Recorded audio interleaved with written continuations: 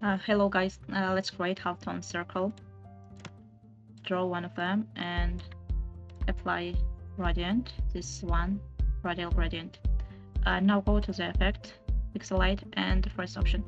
Make sure that all these channels values are 0. Okay.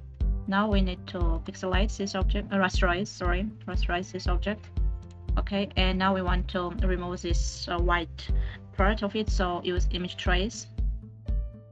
And then click this icon, and if this advanced option is not dropped down, you can click and find ignore white. Okay, now let's make our object vector again. So go to the object, expand. Okay, and it's a vector. Fill with white color. And now let's add as a symbol. Just drag and drop. And for export type, choose graphic, and we can name it, for example, just use number. Okay, we don't need this anymore. Again, create a circle and remove one point by this direct selection tool. Go to the effect, I don't need this. Go to the effect, 3D, revolve, map art, and click invisible geometry. From here, choose our symbol, yes, and you can resize it as you want.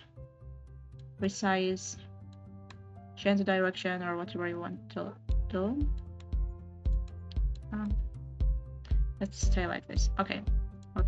Now again, we want to make this as an ordinary object, so go to the object, expand experience, ungroup them, and we want to delete unnecessary parts. For example, this one, delete, and here we have this circle.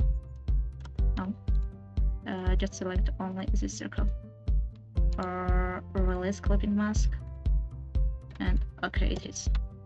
Now go to the object compound. I want to turn this object into compound paths because here you can see how many little objects we have. So click all of them, go to the object compound paths, make.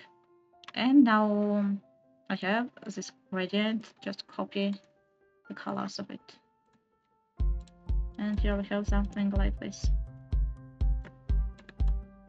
And if you want to add some little motion, go to the effect, blur, radial blur. That's it.